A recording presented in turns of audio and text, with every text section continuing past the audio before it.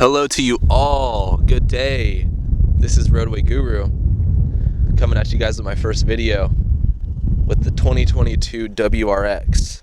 This is my vehicle and I've owned it for about a year and almost 2 months, and I just hit 25,000 miles. Yes, it's a lot, I know, guys. Hate on me for it.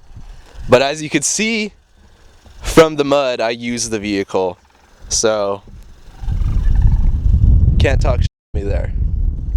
Since hitting 25,000 miles, I wanted to give you guys an honest opinion and review just on this vehicle, how it feels, how it drives, how it operates. As you can see, I had to take it through some mud, and it pushed. It pushed. I've never taken it through mud like this before, and coincidentally, I shoot the video when I first do it, and it rips. It went right through that deep mud, watery mud.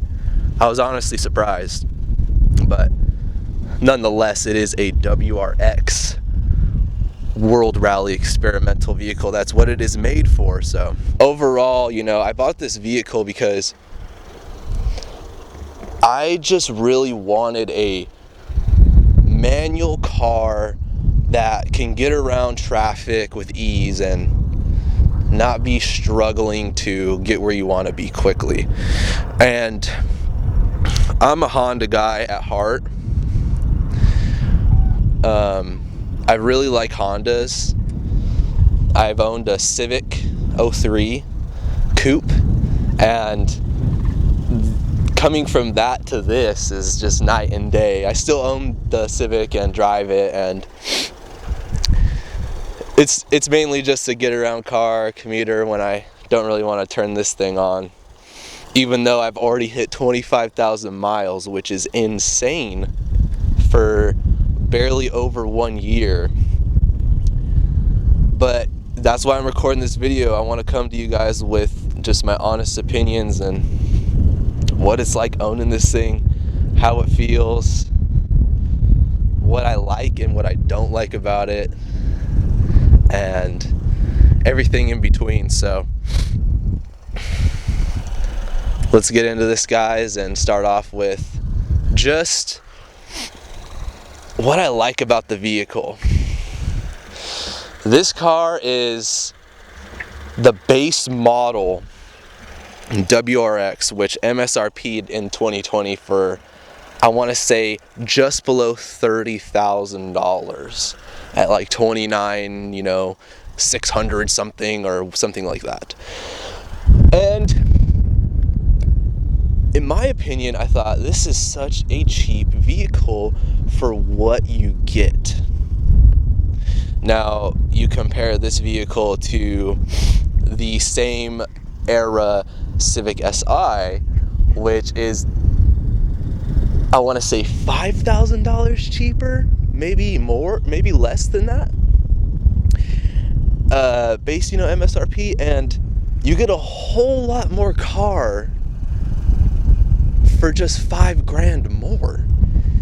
You're trading the front wheel for all-wheel drive and a way more powerful motor, not to mention a bigger displacement compared to the Civic's small motor. So in my opinion, I was just thinking, you know, it seems way more logical to go with the bang for your buck. Now, there are other vehicles like the Veloster N and the Elantra N and the GTI and these other vehicles, but all these vehicles don't necessarily compare to this because they're front wheel drive and this is all wheel drive.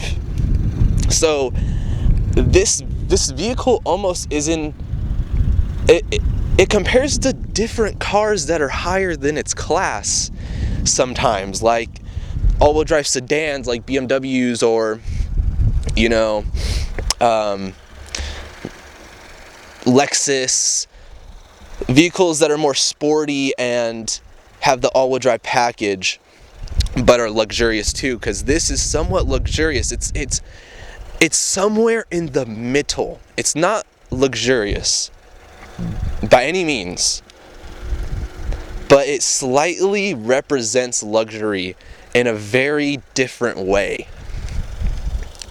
In a cheap way, if that makes sense. And it just really called me to it, you know? It's like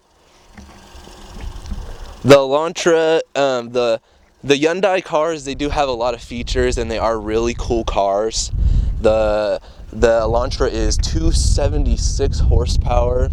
This one is 271, so you're getting a little bit more power with the Elantra.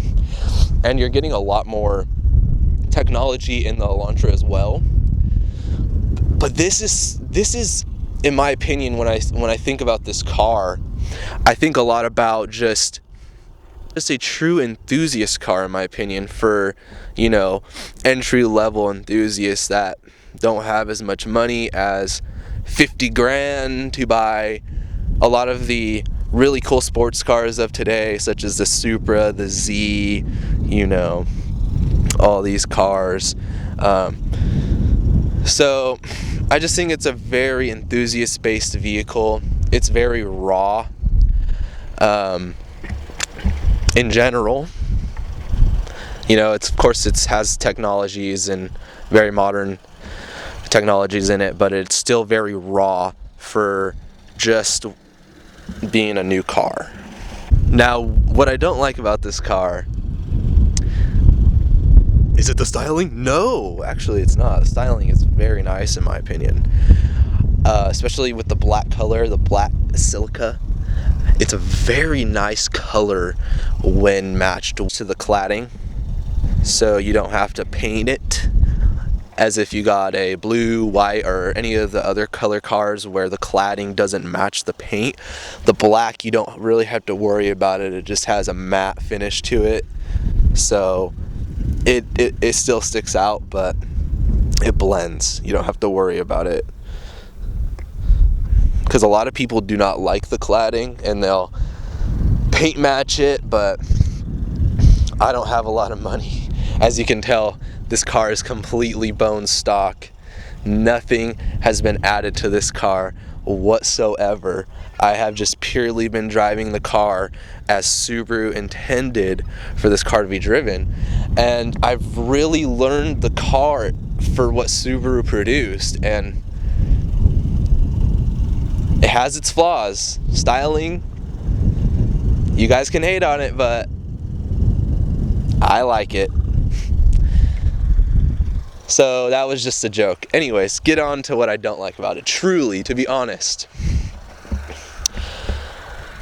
there are a few things I don't like about it, and one of the main things is it's taken me some time to get used to the electronic throttle. I didn't really like it, and I don't know, it's just something I don't really like in general, but I've gotten used to it, and it's not that responsive like at the very beginning. I don't know, something about it. You kind of got to learn that timing for that, and once you get it, it's easy, you know, and you can, you know, like anything, you learn it. But in general, I don't really like the electronic throttle.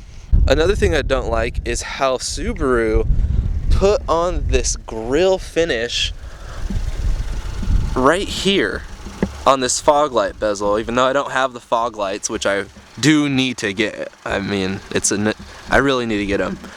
The car would look way better with them.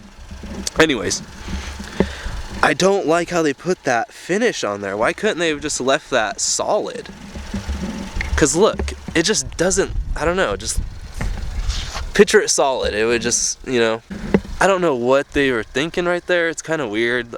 Obviously they're trying to match the grill, but still, it's just, come on. Another thing I don't like is how the base model doesn't have daytime running lights, and nor does the Limited. But they still look nice, and I do like how when you're driving with just the daytime runnings, it's just the headlight, the white light, and the vehicle has a very just aggressive look whenever the headlights are on. I really like how the interior is designed. The climate vents, I just really like that design, especially the center console.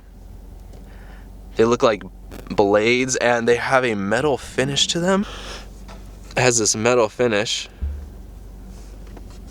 and it's plastic, obviously, whatever, but I really like the way it looks. And how you do it is you just turn it. That's off. And that's on. Now another thing I don't like is how glitchy this system is. Every time I plug my phone in for Apple CarPlay, sometimes the Apple CarPlay will just not work. And these are also notorious for not working good and being very glitchy when you first turn the car on. So other than that, I really do like it. You have your driving statistics, which you can see, of course, your angle of your, if you're going incline or decline, and you can see your drivetrain. And when you're driving, you see your traction in real time, and you can also see my wheels are turned as they are from how I am parked right now. But you can see in real time your traction, and it will display yellow if you are losing traction in whatever wheel. And of course, when you're driving, they're green, letting you know that you are in good traction. Another thing I don't like is the base model audio system. It's just not good. It's really not good. But it's not bad. It's usable, but it could be way better. One thing I do like is this extendable center console. See, that's where it usually will be, and of course extended how I like to drive it. Very nice center console just for that. I just wish that they had maybe like a thigh extender for that. That would be nice, but this is cool too. For being able to rest your elbow on there and shift your vehicle a little bit easier while you're relaxing. One thing I do not like is first gear is really short, and second gear is kind of too. I just don't really like the gearing on first and second. They're just kind of short, but I've gotten used to it. And a lot of people say, they don't like the wobble in the shifter, especially second gear. Look at this. It's pretty bad. But I've gotten used to it. So I'll just put it in second gear. I mean, look at that. If I'm all the way to the wall, put it down, look at when I let go of this. Moves that much. So yeah, I don't really mind it. I've gotten used to it, but just I don't like the gearing. It's just a little short. But like I said, gotten used to it, so is what it is. But yeah, overall I really like this interior. I like this metal like swoosh that goes that way, and then it's also continued here, which matches into the door. I really like that design. It's just a nice design. And of course, knowing Subaru's history with Fuji Heavy Industries, being an aerospace corporation, I just love how this car, I love the D-shaped steering wheel, and just Subaru knows how to make a cockpit. They just do. I don't know if it's their aerospace background, but I just really think they know how to make a cockpit in general. Now, excuse my car's dirtiness, you guys. Of course, I know I need to clean it. Do not get me wrong. But the engine, do I have any problems, any likes? I have With the engine, I have no problems. It hasn't done anything noticeably weird, and I'm at 25,000 miles. Every service I've done, obviously at Subaru, just because I'm a little lazy, obviously I can do the work. It's just I'd rather have the documentation for the vehicle at Subaru and collect that. I'm just kind of, weird like that. But this is, as you can see, it's completely bone stock. I have no mods, and the car is fast. It surpasses traffic in rolling speeds like nothing. Of course, you can launch the vehicle and you can try to go fast as you want, but in general, this car really shines when you're just cruising at speeds, allowing that turbo to spool up, and the turbo will kick on really nice when you want to get around traffic. Stoplights, you're gonna, some cars, be surprised, this car is not that fast at launch unless you want it to be, which I don't really typically like to do because I just don't want to strain the vehicle like that in general, and the clutch. A few more notable things: this car handles so well compared to other cars in its price point. The all-wheel drive traction control is just superb. The computer is just, it's almost supernatural. Driving in the rain, driving in, as you could see soon, mud, it just pulls through, and the computer knows exactly where to send that power when it's needed. Another notable thing is that the MPG on this car is quite bad if you're driving it fast. Conservatively, you can get pretty good MPG, but typically you're going to have to be in a high gear on the freeway cruising at a low RPM for that. A very interesting thing though is actually that the base model is the lowest curb weight WRX that you can get. Of course, that makes sense. Higher trim, more technology, more weight. However, the base model WRX is only 3,300 pounds. And as soon as you upgrade to the premium, I think it adds up to 300 pounds. Also keep in mind that this car comes stock with some very slick tires meant for roads. Don't expect to be going on any gravel, any dirt, any snow with these tires. I've literally spun out on black ice with these tires. Do not try. Doesn't work. They are Dunlop race tires, so be aware. And they're very thin. Mine popped quite quick. Now, despite the handling, the brakes on the Subaru WRX is actually really not that good.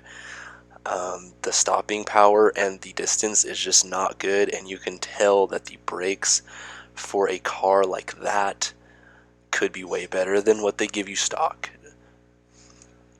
But yeah, guys, overall, I have had zero issues with this vehicle. It's just, it works. It's a very nice vehicle. All the Subaru techs I talk to, they all say, this motor is the best motor that Subaru has produced, the most reliable, the 2.4 liter. And I believe it. I'm at 25,000 miles, zero problems. The car runs smooth as a clock. It's never overheated, it's never nothing. Absolutely nothing. It's never made weird noises. The only thing I've heard is like a bearing being a little loud on a pulley, but other than that, probably just needed a little bit of lube or something, because this car has been driven in a lot of different conditions, so I can imagine, dust builds up, etc. So as you can see, I really need to clean this vehicle after driving in that mud. But yeah, guys, the vehicle is a way to go. I would say if you're looking for that $30,000 range. Of course, the newer WRX base models for, I think, 2024 are going to be $33,000 starting, and that's a $3,000 bump. So to me, that really mattered, because I'm trying to really finance my budget and make sure I'm, I just really wanted the car, financially, whatever, that's my own business, but I really wanted the car. I got a low interest rate and I went for it. So let's get into some driving, and I'll show you guys what it's about in general on the road. Get into some mud a little bit, and just show you guys what it's about.